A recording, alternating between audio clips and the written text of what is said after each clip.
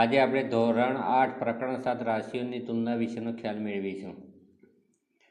તો રાશિઓની તુલનાની અંદર ગુણોત્તર વિશેનો ખ્યાલ મેળવવાનો છે. ગુણોત્તર વિશેના કોઈ પણ દાખલા આપણે ગણતા હોઈએ ત્યારે યુનિટ સરખો હોવો જોઈએ. દાખલા તરીકે મીટરની મીટર સાથે સરખામણી કરી શકે. રૂપિયાની પૈસા સાથે સરખામણી કરવી હોય તો રૂપિયાના પૈસા કરવા પડે. કિલોમીટર અને મીટર, તો કિલોમીટરના પહેલાં મીટર કરવા પડે છે, પછી મીટર સાથે આપણે એનો ગુણોત્તર કાઢી શકાય. 8 અને 12 છે, 32 અને 24 છે, 18 રૂપિયા અને 30 રૂપિયા, અને રૂપિયાનો રૂપિયા સાથે ગુણોત્તર કાઢી શકાય. 2 કિલોગ્રામનો ગ્રામ સાથે જ્યારે ગુણોત્તર કાઢવો હોય ત્યારે કિલોગ્રામના ગ્રામ કરવા પડે. ટકાનો ગુણોત્તર કાઢવો હોય તો ટકા આપણે સાદા અપૂર્ણાંકમાં ફેરવા માટે એને 100 વડે ભાગીશું, પછી એનો ગુણોત્તર નીકળે છે. એવી જ રીતે 25 વિદ્યાર્થીઓના 72% છે, તો 25 ગુણ્યા 72 ભાગ્યા 100, એ રીતે એનો ગુણોત્તર મેળવીશું. તો પહેલી ખાલી જગ્યાની આપણે શરૂઆત કરીએ. 15 મીટર અને 30 મીટરનો ગુણોત્તર. નંબર 1, 15 મીટર જેમ 30 મીટર બરાબર 15 ભાગ્યા 30. 5 ગુણ્યા 3, 5 ગુણ્યા 6, 5 5 ઉડી ગયું. 3 ભાગ્યા 6, 3 દુ 6, એટલે કે 1 ભાગ્યા 2 બરાબર. આપણે એને રેશિયોમાં દર્શાવીશું તો 1/2 કહેવાય છે. તો પહેલાંનો જવાબ આવશે 1/2. 5 રૂપિયા અને 50 પૈસાનો ગુણોત્તર.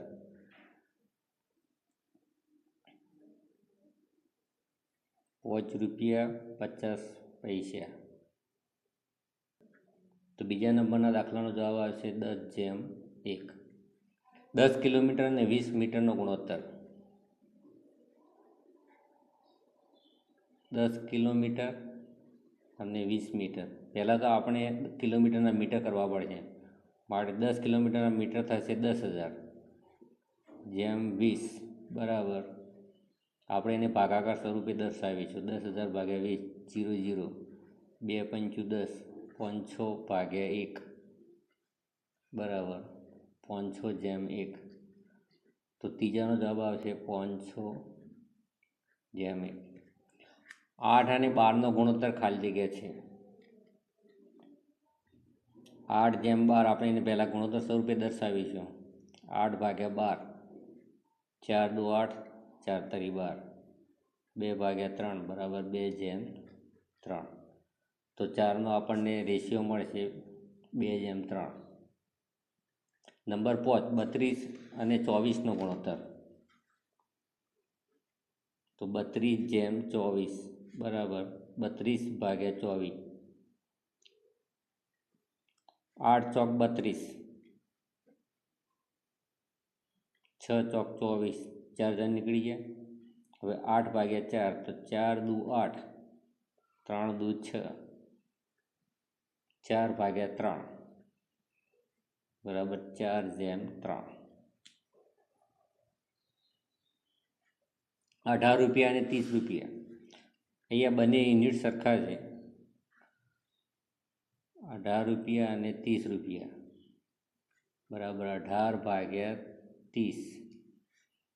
6 તરી 18 અને 6 પંચું 30, 6 6 ઉડી ગયા એટલે 3 ભાગ્યા 5 બરાબર 3/5. એનો આપણને જવાબ મળે છે 3/5.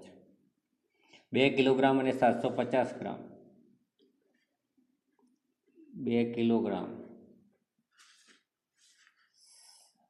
750 ગ્રામ બરાબર 2 કિલોના ગ્રામ થશે 2000 ભાગ્યા 750, 0 0, 25 તરી 75, 25 8 200. તો 8 ભાગ્યા 3 બરાબર 8/3. એનો આપણને ગુણોત્તર મળશે 8/3. 80% એટલે ખાલી જગ્યા ગુણોત્તર.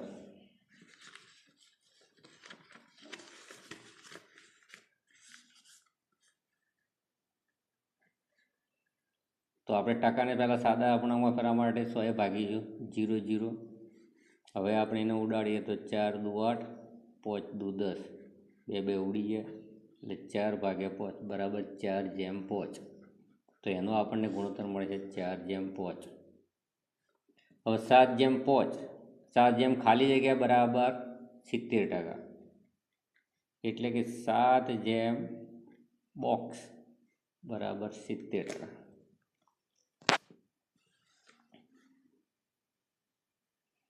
7 ભાગ્યા બોક્સ બરાબર 70/100. હવે આપણે આ 100 અહીંયા ગુણાકારમાંથી ભાગાકારમાં આવશે, ભાગાકારમાંથી ગુણાકારમાં આવશે, અને આ જે ગુણાકારમાં જે 70 છે એ ભાગાકારમાં આવશે. આપણે અહીંયા ઉડાડીએ તો 7×70 10×100 બરાબર એનો જવાબ મળશે આપણને 10. 25 ફળો પૈકી 5 નારંગી છે તો નારંગીની ટકાવારી શોધો. હવે કુલ ફળો અહીંયા 25 છે તો કુલ ફળોને આપણે નીચે દર્શાવીશું. 5 નારંગી છે, 25 પૈકી 5 નારંગી છે તો નારંગીની ટકાવારી શોધો. ટકાવારી શોધવા માટે આપણે એને 100 ગુણવું પડશે. તો 5 25 અને 20 × 5 100. તો અહીંયા એના ટકા મળશે 20%. 240ના 5% બરાબર ખાલી જગ્યા. 240ના 5%. 0 0 5 દુ 10 2 12 દુ 24 એટલે અહીંયા એનો ટકાવારી મળશે આપણને. ટકામાં નહીં, આપણને વિદ્યાર્થીઓ મળશે 12.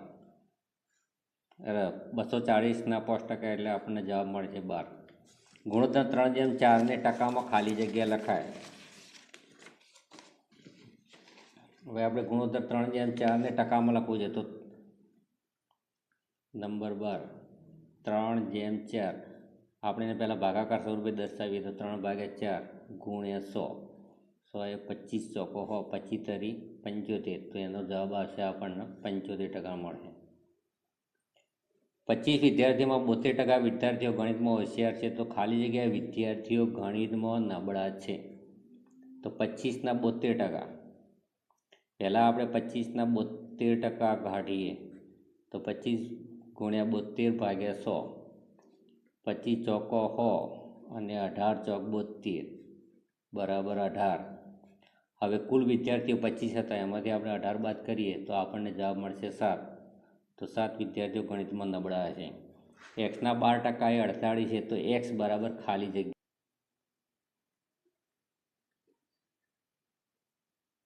5 રૂપિયાના પૈસા થશે 500. 500/50 0 0 5×50. 10/1 બરાબર 10/1. એક્સના 12% એ 48 છે તો એક્સ બરાબર ખાલી જગ્યા. તો એક્સના 12% શોધવા માટે એક્સ ગુણ્યા 12/100 બરાબર 48. એક્સને 12 વડે ગુણીએ એટલે 12x થશે. 12x/100 બરાબર 48. હવે આપણે 100ને સામે લઈ જઈએ તો ભાગાકારમાંથી ગુણાકારમાં જશે એટલે 48 ગુણ્યા 100 થશે. માટે 12x બરાબર 4800. તો એક્સ બરાબર 4800. આ ગુણાકારવાળો અહીંયા ભાગાકારમાં જશે તો 12 ચોક 48 એટલે એક્સ બરાબર મળશે આપણને 400. તો 14માનો જવાબ આવશે 400. 1500 રૂપિયાના ડ્રેસ પર 12% વળતર મળે છે તો વળતરની ટકાવારી ખાલી જગ્યા છે 1500ના 12%. 1500ના 12%. 1500 ગુણ્યા 12/100 0 0 0. 15 ગુણ્યા 12 કરો તો આપણને મળશે 180. તો 1500ના 12% તો વળતરની રકમ કેટલી મળશે? 180 રૂપિયા. 1200 રૂપિયા 1200ના ટેબલ પર 20% વળતર મળે છે તો ટેબલ ખાલી જગ્યા રૂપિયામાં મળે. 1200ના પહેલાં આપણે 20% મેળવવા પડશે. તો 1200 ગુણ્યા 20/100 0 0 0 0 12 24 240 રૂપિયા. 240 રૂપિયા આપણે ઓછા ચૂકવવા પડશે. માટે 1200માંથી આપણે 240 માઇનસ કરીએ. 10 4 6 11 11માં 2 જશે એટલે 9. તો આ ટેબલ આપણને પડશે 960 રૂપિયામાં. તો આટલે સુધી આપણે પ્રશ્ન 1ની જે ખાલી જગ્યાઓ હતી 1 થી 16નું આપણે સોલ્યુશન મેળવ્યું. આગળના વિડીયોમાં ફરીથી પ્રશ્ન 2ની આપણે ચર્ચા કરીશું. Good bye.